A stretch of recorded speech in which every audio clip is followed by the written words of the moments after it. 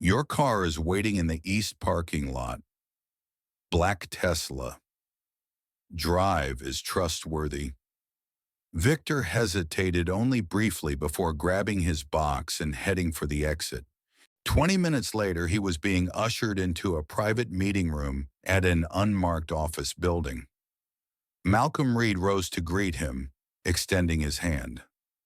"Mr. Grant, thank you for coming." Victor shook his hand firmly. "Not like I had much choice. My career's likely over." "Or just beginning," Nathaniel countered, gesturing for him to sit. "It depends on your perspective. What exactly do you want from me?" "The truth, Mr. Grant. Nothing more." Victor studied the man across from him, poised, measured, radiating quiet power. "I've seen the rot at Regulus for years," he admitted, "not just with passengers, employee discrimination, security protocols that target specific groups, harassment complaints that disappear."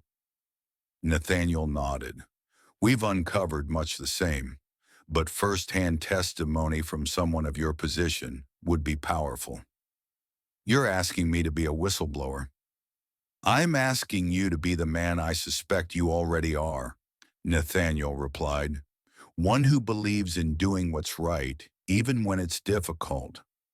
Back at his temporary command center, Adrian Black was reviewing files on potential pressure points against Malcolm Reed. "Sir," one of his assistants interrupted, "we found something interesting in Cole's past." Ross looked up. "What is it?" When he was starting out, his first company was effectively stolen from him by venture capitalists at Winston Financial Group. And the principal partner there, Richard Ellison, sits on Regalus's advisory board. He's also the one who connected Charles with several major political donors. Ross's eyes narrowed. "So this isn't just about the airport incident. It's personal for Cole." "Appears so, sir. Find everything you can on that first company and what exactly happened. We need leverage." As Ross's team dug deeper, Selena Grant's investigation was progressing on a far more damning front. In a secure digital vault, she compiled evidence of Regalus's darkest secrets. Flight maintenance records falsified to avoid, costly repairs, harassment settlements with non-disclosure agreements, and most damning of all, documentation of private charter flights linked to human trafficking operations. "This goes beyond corporate misconduct," she told Nathaniel during their encrypted video conference. "There are connections to cartel money laundering through their subsidiary charter company." Nathaniel's expression remained composed, but his eyes hardened. "Do we have definitive proof?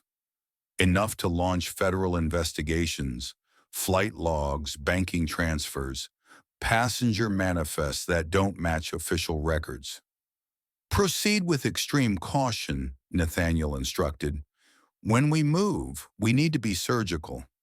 Innocent employees caught in the crossfire must be protected." That evening, as Diane Preston arrived home, she was startled to find paparazzi waiting at the end of her driveway. Cameras flashed as she quickly pulled into her garage.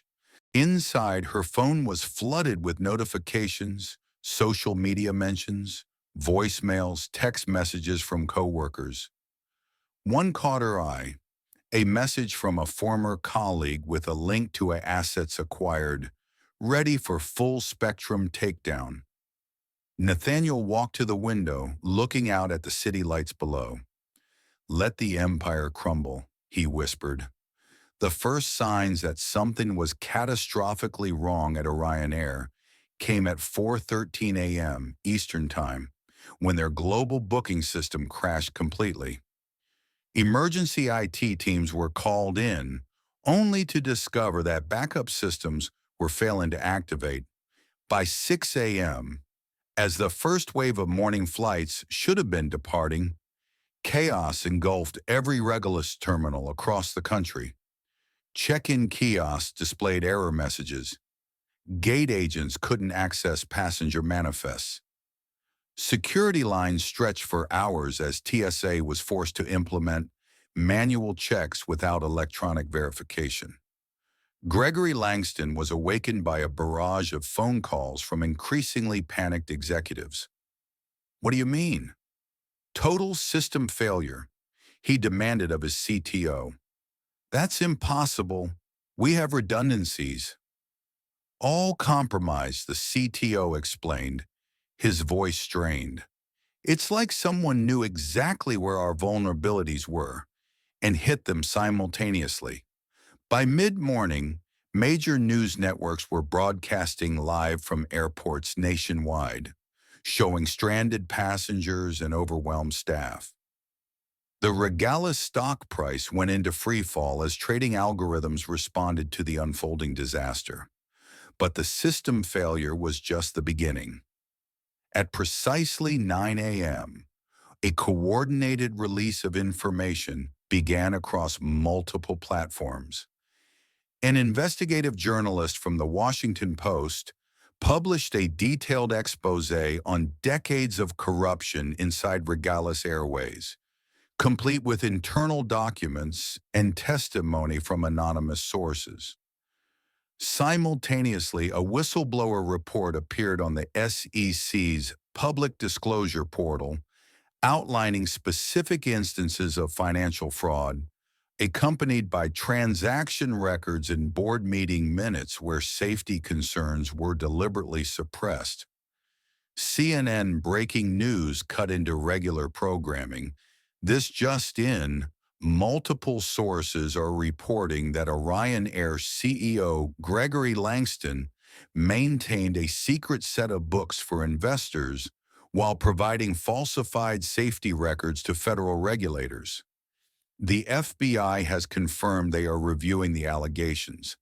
In his office, surrounded by crisis managers and attorneys, Charles watched the coverage in stunned silence. "This isn't just a hack," said Felix Turner, the CFO. "This is coordinated warfare." "Where's Adrian Black?" Charles demanded. "He's supposed to be handling this." "He's trying to contain the media fallout," Martin explained. "But it's like fighting a tsunami with a bucket." Charles's phone rang. It was Senator Caldwell. "Turn on Fox News," the senator snapped without preamble. Charles fumbled for the remote as an aide brought up the channel. There, being interviewed live, was Senator James Wheeler from the Transportation Committee, standing next to Selena Grant. "These allegations are deeply troubling," the senator was saying gravely. "If verified, they represent one of the most significant breaches of public trust in aviation history. My committee will be launching a full investigation." "That backstabbing." "Son of a—" Charles began, but Martin cut him off. "Charles, the board chairman is calling an emergency session. They want you there in 30 minutes.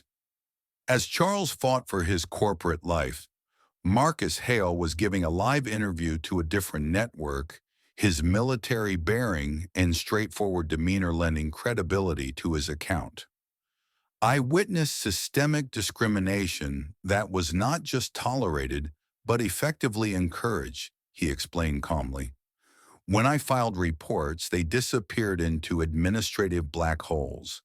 The incident with Mr. Cole was just the visible tip of a very large iceberg." Across town, Jamal had also gone public, his youthful earnestness and clear moral outrage making him an instant social media hero. "I watched a respected business leader being treated like a criminal for simply existing in a space where they assumed he didn't belong," Jamal told the interviewer, his voice steady despite his nervousness. "And when I tried to speak up internally, I was threatened and intimidated." By noon, a hashtag was trending nationwide. Regalis Reckoning. In the executive wing at Regalis headquarters, Diane Preston was being officially terminated, escorted from the building by security while photographers captured the moment from across the street. "This is unfair," she protested as she was let out.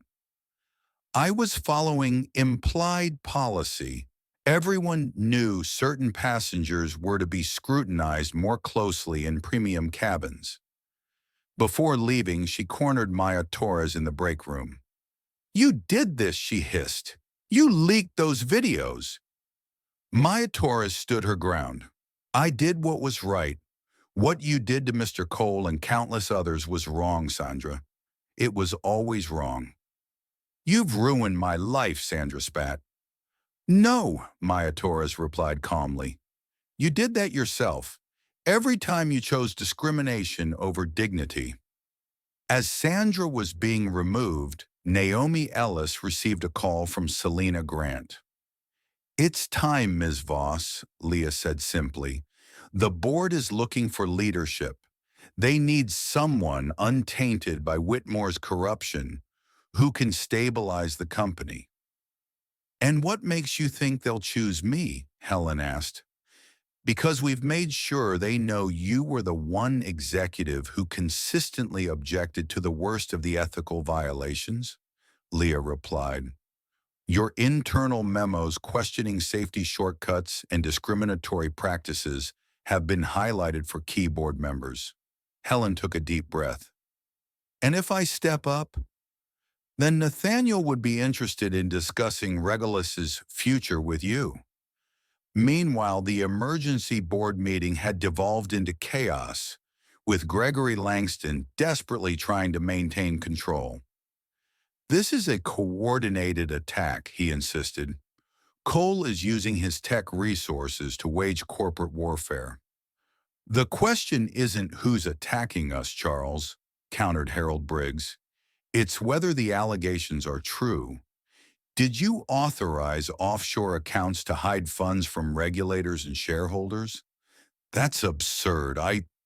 He was interrupted by his assistant rushing in with a tablet. "Sir, you need to see this." On the screen was an email from Charles's personal account to Richard Ellison discussing how to bury maintenance issues on the 737 fleet. "Intimidate safety whistleblowers." The blood drained from Charles's face. That's been doctored." "Digital forensics can verify its authenticity," William pointed out. "Charles, if even half of what's coming out is true, we're facing criminal charges, not just civil penalties." As the board moved to vote on Charles's immediate suspension across the country, Nathaniel was meeting with his own board members. "Regulus stock has lost 47% of its value in a single day," noted his CFO. "They're on the verge of collapse." "Good," said one of the directors. "They deserve it after what they did." "No company deserves to fail if it employs thousands of innocent people," Nathaniel corrected. "Orion Air employs over 28,000 workers nationwide. Most had nothing to do with its corrupt leadership or discriminatory practices." "What are you suggesting?" asked the CFO. Nathaniel smiled slightly. "I believe Regalis may soon be available at a very attractive price." That evening, as federal agents began seizing documents from Regalis offices nationwide, Nathaniel held a private call with a select group of minority shareholders from Regalis, those who had been increasingly concerned about Whitmore's leadership even before the current crisis. "Gentlemen, ladies," he began, "I believe we have a mutual interest in salvaging what can be saved from Orion Air." "Mr. Cole," said one investor cautiously, "given recent events, some might consider your interest in Regalis to be vindictive." "On all. The contrary," Nathaniel replied smoothly. "I see opportunity where others see only disaster. Regalis has a strong route network, valuable airport slots, and thousands of skilled employees. What it lacks is ethical leadership and modern governance. You're talking about an acquisition another investor asked. I'm talking about transformation, Nathaniel corrected. At the current stock price, Coal Dynamics could acquire controlling interest for approximately 30% of Regalis's value just 1 week ago. That's predatory, objected one investor. That's business, countered another. And frankly, it might be the only option to prevent complete collapse. Nathaniel let them debate among themselves for a moment before continuing. My offer is simple. Coal Dynamics will purchase controlling interest at a 50% premium over the current stock price. Still a bargain, but better than where you'll be if the company continues its free fall. And what would prevent you from simply dismantling the company for parts? A legally binding commitment to maintain current employment levels for at least 2 years to invest in modernization of both systems and corporate culture. As the investors considered his proposal, Maya Torres was meeting with Selena Grant at a quiet coffee shop. Ms. McKee has filed a wrongful termination lawsuit, Leah informed her. She's claiming she was following unwritten company policy regarding passenger profiling. Maya Torres sighed. Will I need to testify? Most likely. But we've compiled evidence from 12 other incidents involving Ms. McKee. You won't be standing alone. What happens now? Maya Torres asked. To Regalis, I mean. We're hearing rumors the company might not survive. That depends, Leah said carefully, on decisions being made right now. But I can tell you this, Malcolm Reed isn't interested in destroying lives, just in accountability and change. Maya Torres nodded slowly. That's why I risk my job to speak up. Some things matter more than a paycheck. Later that night, as Gregory Langston was being escorted from Regalis headquarters, suspended pending investigation, he received an unexpected video call request from Malcolm Reed. Against his lawyer's advice, he accepted. Come to gloat? Charles asked bitterly. No, Nathaniel replied calmly. To offer perspective, today feels like the end for you. It isn't. It's the beginning of accountability. You've destroyed everything I built. You destroyed it yourself, Charles. I merely exposed the truth. Charles leaned closer to the camera. This isn't over. Actually, it is, Nathaniel countered. But not for the 28,000 people who work for Regalis. They deserve better leadership. What are you saying? I'm saying that tomorrow I'll be meeting with your board to discuss Coal Dynamics acquiring controlling interest in Regalis Airways. A new chapter's beginning. As Charles stared in shock, Nathaniel ended the call. Outside his office window, the lights of San Francisco sparkled against the night sky. His phone buzzed with a message from Leah. Federal agents just served a warrant at Whitmore's residence. It's happening. Nathaniel nodded to himself. Let the empire crumble, he whispered again. But this time, he added, so we can build something better in its place. Gregory Langston's private jet touched down at San Francisco International Airport under a sky heavy with rain clouds. The weather matched his mood. Dark, turbulent, threatening. 3 days had passed since his suspension as CEO of Regalis Airways, and in that time, the company's stock had continued its freefall. His personal reputation had been shredded across media outlets, and the SEC had frozen several of his personal accounts pending investigation. This meeting with Malcolm Reed hadn't been his idea. The Regalis board, desperate to stop the bleeding, had practically begged him to attempt a personal negotiation with the man who had brought their company to its knees.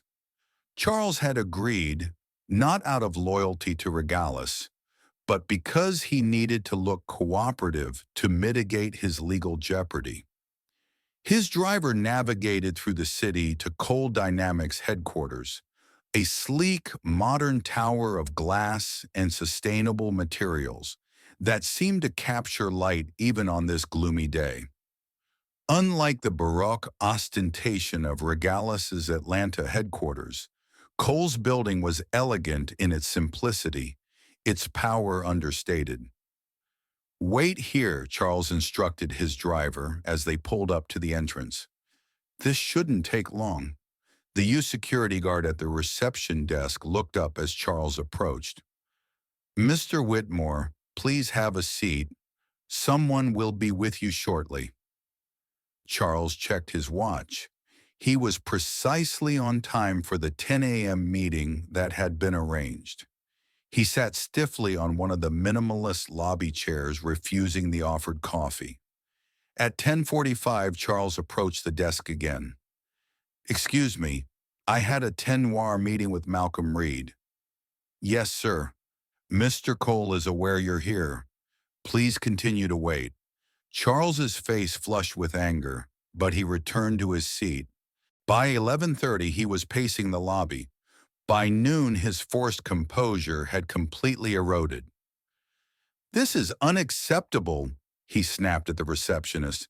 "I'm a CEO, not some salesman waiting for a pitch meeting."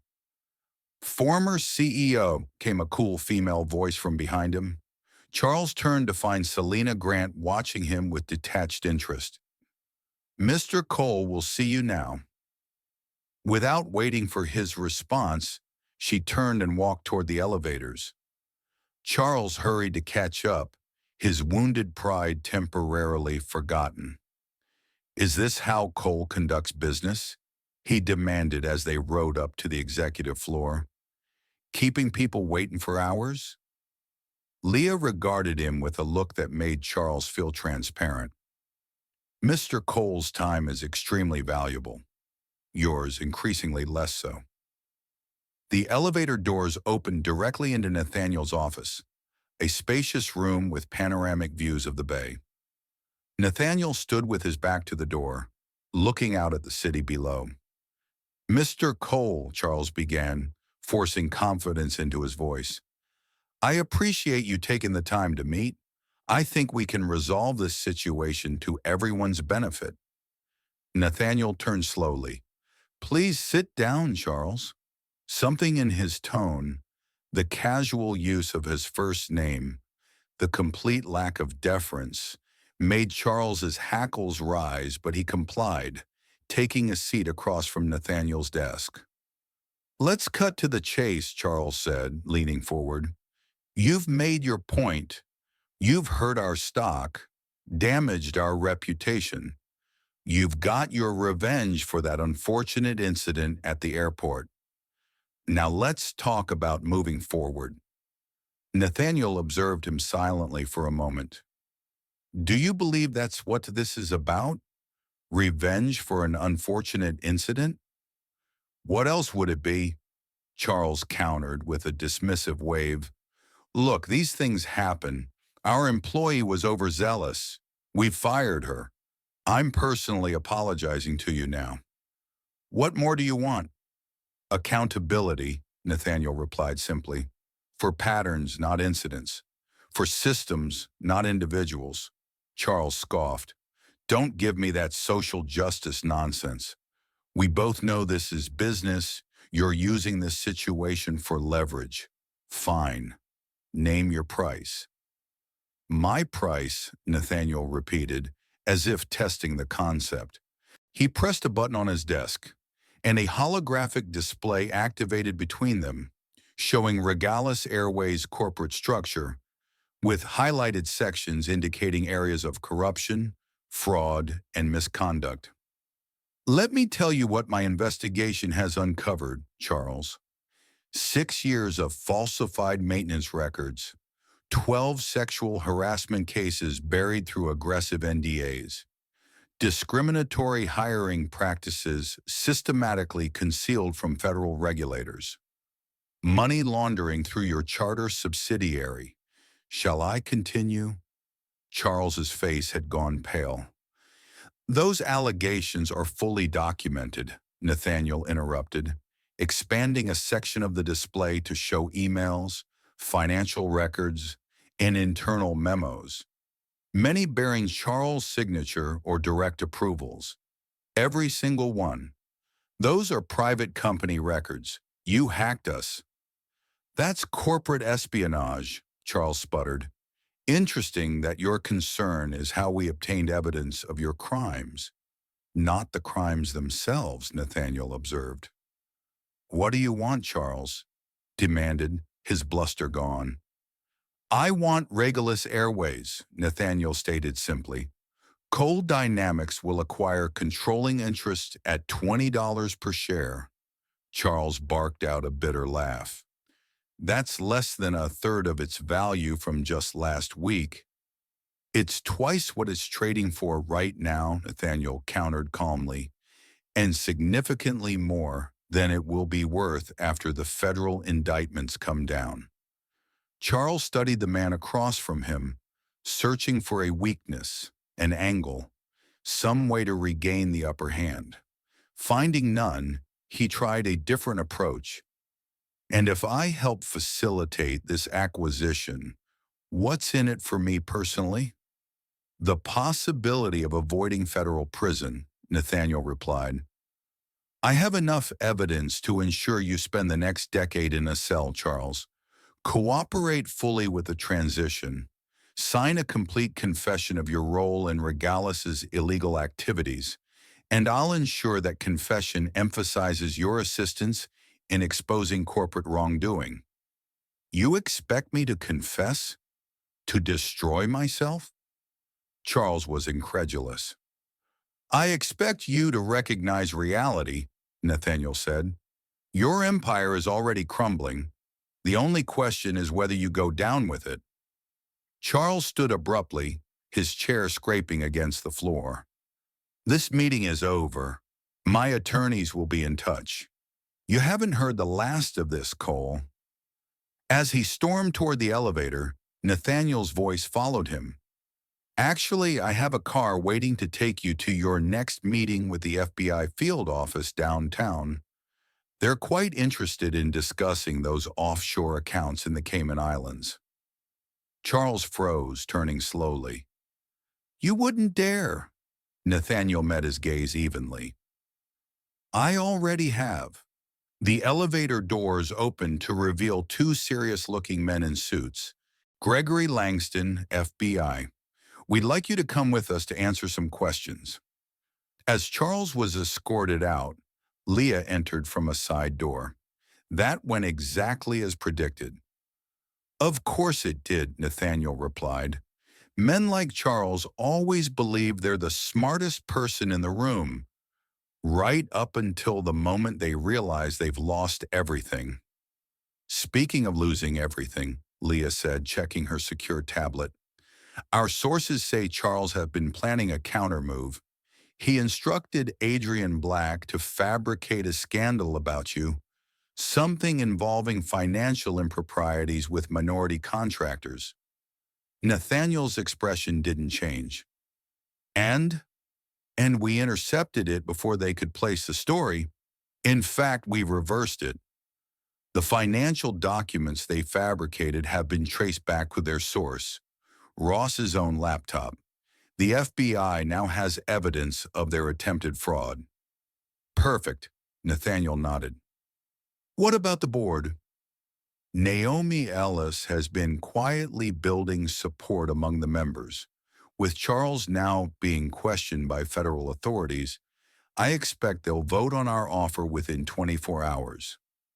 Across town, in a much less glamorous setting, Andre Walker was being escorted into a private meeting room at Coal Dynamics Recruitment Center. He'd received a mysterious invitation the previous day, with no explanation beyond an opportunity to discuss your future. When the door opened, Nathaniel Cole walked in, causing Jamal to jump to his feet. Mr. Cole, I didn't know I'd be meeting with you personally. Please sit down, Jamal, Nathaniel said with a warm smile that transformed his usually serious demeanor. and call me Nathaniel." Still stunned, Jamal sat back down. "I don't understand why I'm here." "You're here because you showed integrity when it mattered," Nathaniel explained, taking a seat across from him. "Because you recognized injustice and weren't afraid to stand against it, even at personal risk." "Anyone would have done the same," Jamal said modestly. "No," Nathaniel shook his head. "They wouldn't. Most people look away. Most people stay silent. You didn't." He slid a folder across the table. Inside was an offer letter for a position at Coal Dynamics, a management training program with a salary that made Jamal's eyes widen. I don't have the experience for something like this," Jamal stammered. "Experience can be gained," Nathaniel replied. "Character has to be built over a lifetime. You've already demonstrated the character we value at Cold Dynamics as." Jamal struggled to find words. Nathaniel continued. "We rise not just for ourselves, Jamal, but so others don't have to start where we did. Someone took a chance on me when I was younger than you are now. It's time to pay that forward." At Regula's headquarters, Maya Torres found herself unexpectedly summoned to meet with Naomi Ellis. She'd never directly interacted with the COO before and felt nervous as she was ushered into Helen's office. "Maya Torres, thank you for coming," Helen greeted her warmly. "Please have a seat." "Am I in trouble?" Maya Torres asked hesitantly. Helen smiled, quite the opposite. "I wanted to personally thank you for your courage in speaking out about what happened with Diane Preston and Mr. Cole." "I just did what felt right," Maya Torres said. "And that's precisely why I wanted to talk to you," Helen replied. "Regulus is about to undergo significant changes. I've been asked to help build a new corporate ethics division, one with actual authority to address discrimination and misconduct. I'd like you to be part of that team." Maya Torres's eyes widened. "Me? But I'm just a gate agent. You're someone who recognizes right from wrong and has the courage to act on it," Helen corrected her. "That's exactly who we need right now." As these conversations were taking place, Diane Preston sat in her attorney's office reviewing the wrongful termination lawsuit they were preparing to file against Orion Air. "We'll argue that you were following unwritten but understood company policies," her lawyer explained, "that you were made a scapegoat to protect executives who established these discriminatory practices." Sandra nodded vigorously. "Exactly, I was just doing what was expected. They can't pin this all on me." Her attorney looked uncomfortable. "There's just one problem. Regulus's legal team has sent over some documentation in advance of our filing. Video compilations, passenger complaints, performance reviews where you were warned about similar behavior." "Those are taken out of context," Sandra protested. "Perhaps, but they're also preparing a countersuit for damages, claiming your actions have cost the company millions in lost business and reputation damage." Sandra's face fell. "They can't do that. I was a loyal employee for 15 years. They can. And based on what I'm seeing, they might win," her attorney said grimly. "Ms. McKee, I have to advise you that proceeding with this lawsuit could leave you personally liable for significant damages."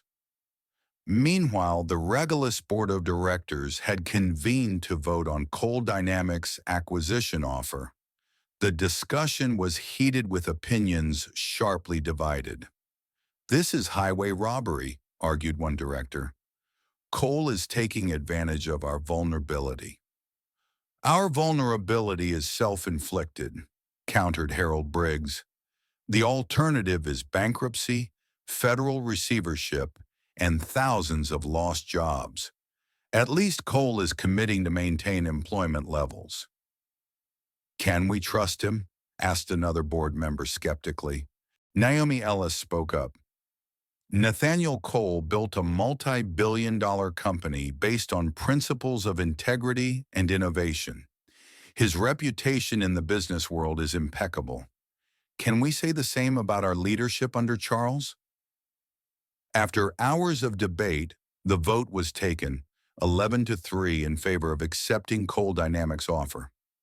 As news of the acquisition broke, financial analysts scrambled to assess the implications. This is unprecedented, remarked a CNBC commentator. Cole Dynamics, primarily a tech and AI company acquiring a major airline, it's a bold move that transforms both companies overnight. In a federal holding facility, Gregory Langston learned of the vote from his attorney. His face contorted with rage as the reality set in. His empire, his legacy, his reputation, all destroyed in less than a week. "This isn't over," he growled. "Cole hasn't heard the last of me." His attorney looked uncomfortable. "Charles, you need to focus on your legal defense right now. The federal prosecutors have offered a deal, but it requires your full cooperation in their investigation of Regalis's financial practices." "I'll never cooperate with them," Charles snapped. "I built that company." "And now you might spend 20 years in federal prison," his attorney replied bluntly. "Is your pride worth that?" As Charles grappled with his new reality, Nathaniel was meeting with his executive team to plan the integration of Regalis into Cole Dynamics. "The transition will be complex," his CFO warned. "Regalis's corporate culture is completely different from ours." "That's precisely why we're acquiring them," Nathaniel replied. "Not just for their roots and assets, but for the opportunity to transform an industry that has remained resistant to true change." "And the name?" asked his chief marketing officer. "Do we keep the Regalis brand?" Nathaniel shook his head. "No, that name is tainted now. We need something new, something that symbolizes the transformation we're undertaking." "Cole Air has a nice ring to it," suggested the CMO. Nathaniel considered it, then nodded. "Cole Air," he repeated, "where everyone belongs." 3 months had passed since the acquisition, and the aviation industry was still adjusting to the seismic shift. The former Orion Air, now rebranded as Cole Air, had undergone a remarkable transformation that extended far beyond its name and logo. On a bright spring morning, thousands gathered for the official launch of Cole Air at Washington National Airport, the very place where Nathaniel Cole had been humiliated months earlier. A temporary stage had been set up on the tarmac, with the first official Cole airplane as a backdrop, its sleek design featuring a new logo that incorporated elements of both companies. News crews jostled for position as Nathaniel stepped up to the podium, looking perfectly at ease in the spotlight despite his usual preference for privacy. "Today marks not just the beginning of a new airline," he began, his voice carrying across the assembled crowd, "but a new vision for what air travel can and should be. Cole Air is founded on a simple principle that every passenger, every employee, every person deserves to be treated with dignity and respect. Where everyone belongs isn't just our slogan, it's our promise." Applause rippled through the audience as Nathaniel outlined the company's initial policies: mandatory diversity and inclusion training for all staff, anonymous reporting systems for passengers and employees, partnerships with education initiatives in underserved communities, and perhaps most surprisingly, a program offering free flights to students who couldn't otherwise afford to visit prospective colleges. "We believe that mobility, physical, economic, social is a right, not a privilege," Nathaniel continued, And we're building an airline that reflects that belief in every aspect of its operation.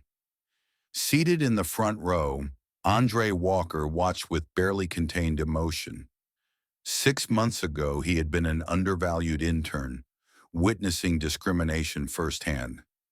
Now he was a rising star in Coal Dynamics Management Training Program, and today he would be speaking on national television about his experience. When Nathaniel introduced him, Jamal approached the podium with a mixture of nervousness and determination. My story begins with a simple act of recognition, Jamal told the audience. Recognizing injustice when I saw it, and recognizing that remaining silent wasn't an option. He paused, gathering his thoughts. But it's also about recognizing potential, not just in ourselves, but in systems we often take for granted. An airline isn't just a business. It's a gateway to opportunity, to connection, to the wider world, and everyone deserves access to that gateway. As Jamal spoke, cameras panned to the diverse group of executives seated behind him, including Maya Torres, now head of the newly formed Passenger Experience and Equality Division, and Marcus Hale, who had accepted the position of Director of Security Operations for Coal Air. After the speeches, as the invited guests and media toured the first Coal airplane with its redesigned interior focused on accessibility and comfort for all passengers, Nathaniel slipped away for a private moment with Naomi Ellis. "The board ratified your appointment as CEO this morning," he told her. "Congratulations." Helen shook her head in amazement. "A year ago, I was hitting glass ceilings at every turn under Charles. Now I'm running the company." "You were always the most qualified person for the job," Nathaniel replied. "Charles just couldn't see past his own prejudices." "And what about you?" Helen asked. "What's next for Malcolm Reed?" He smiled slightly. "I have other systems to transform." Meanwhile, in a federal courtroom across town, Gregory Langston was accepting a plea deal, 15 years reduced to 7, in exchange for testimony against other executives involved in Regalis's financial crimes. His attorney had convinced him that fighting the charges would only result in a longer sentence, given the mountain of evidence. As he was led from the courtroom, a reporter called out, "Mr. Whitmore, do you have any comment on today's launch of Coal Air?" Charles turned, his face tight with suppressed rage, but said nothing as marshals escorted him away. That evening, as media outlets ran stories about Coal Air's launch and Gregory Langston's plea deal, Selena Grant was promoted to Chief Operating Officer of Coal Dynamics in a small private ceremony. "Your loyalty and brilliance deserve recognition," Nathaniel told her, as he presented her with a symbolic key to the executive floor. "You saw this through from the beginning." "We both did," Leah replied with a rare smile. "Justice doesn't always come swiftly, but it does come." 2 weeks later, Nathaniel's private jet touched down in his childhood neighborhood in Chicago's South Side. The area had changed over the decades, but the challenges remained. Underinvestment, limited opportunities, systemic barriers to advancement. As he walked the streets of his youth, memories flooded back. The foster homes, the racial bullying, the constant struggle to be seen as more than his circumstances. He paused outside his old elementary school, now somewhat dilapidated from years of budget cuts. The school principal, Dr. Angela Williams, greeted him at the entrance. "Mr. Cole, thank you for coming personally. The children are so excited to meet you." "The pleasure is mine," Nathaniel assured her. "Is everything prepared for the announcement?" "Yes, though I still can't quite believe it's happening. Inside the school gymnasium, hundreds of students gathered buzzing with excitement at the special assembly. When Nathaniel took the stage, a hush fell over the room.